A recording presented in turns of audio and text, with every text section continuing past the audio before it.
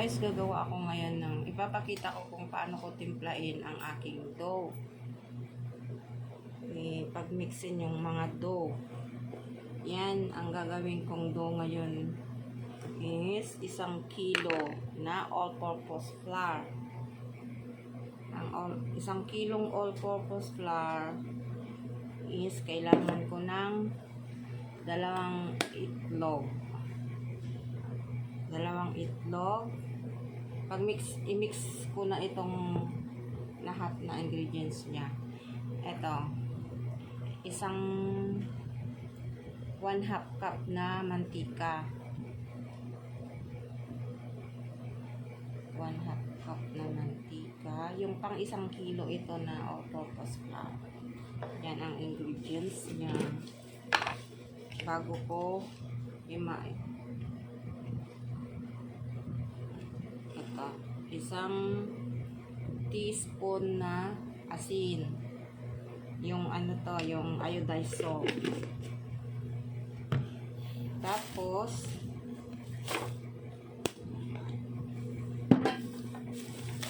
lalagyan ko siya ng, kaya masarap ang aking dough guys is nilalagyan ko siya ng 2 birch tree. 2 po.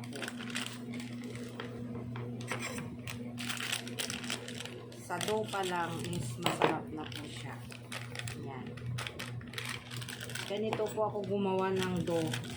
Ang aking toasted siopaw. Ayan guys. Mahuhuli na siya. Mahuhuli na yung yeast niya.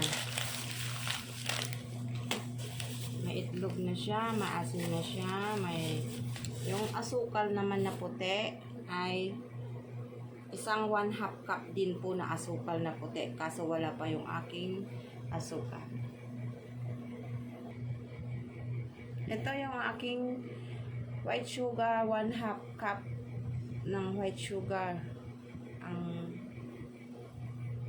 Ayan guys.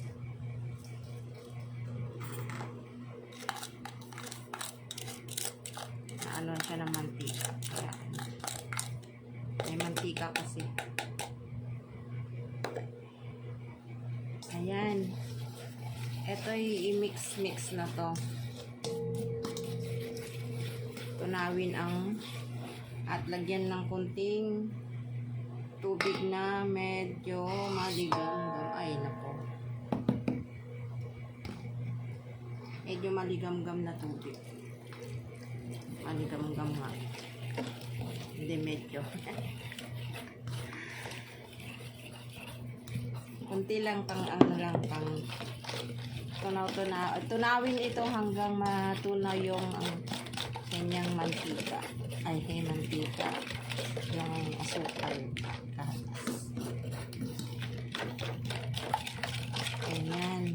Ang ko sa ingredients ko para sa dough. Para masarap yung tinapay niya.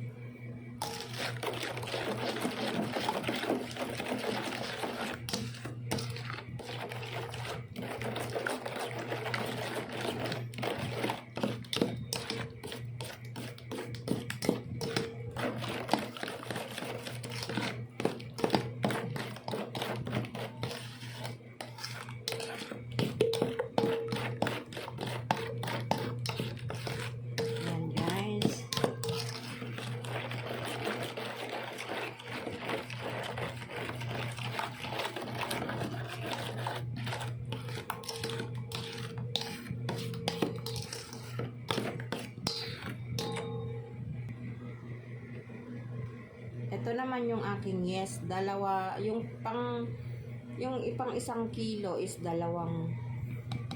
ganito. 2.5 ang nilalagay ko. Yan. Tapos kalahati. Yan. Yan ang aking sukat sa aking para sa dough. Yan yung yes instant yes. Ayan, lalagyan ko siya ng tubig. Pero yung tubig niya is warm lang. Hindi tayo pwedeng gumamit ng mainit.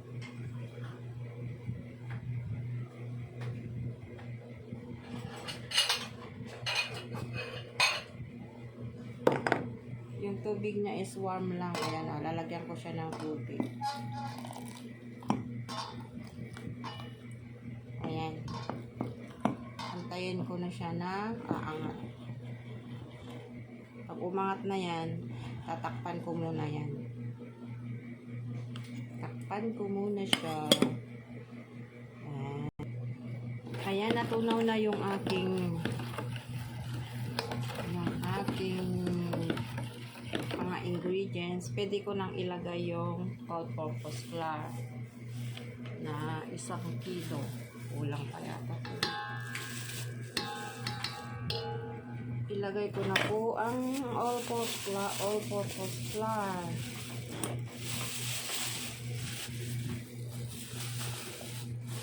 Ayan guys.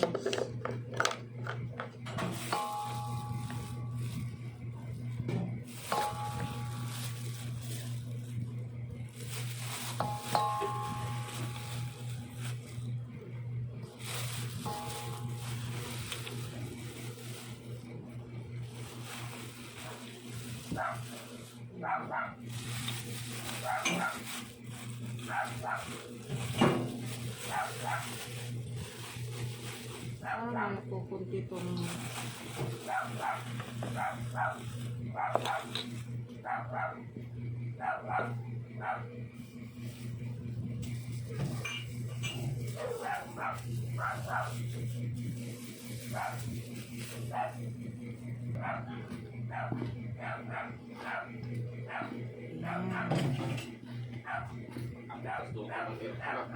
bumili na. Ayan ang aking Ang ano niyan, yung talaga.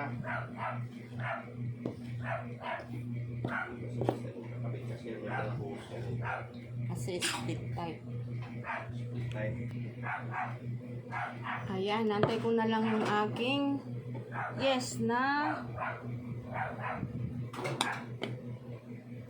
nababad.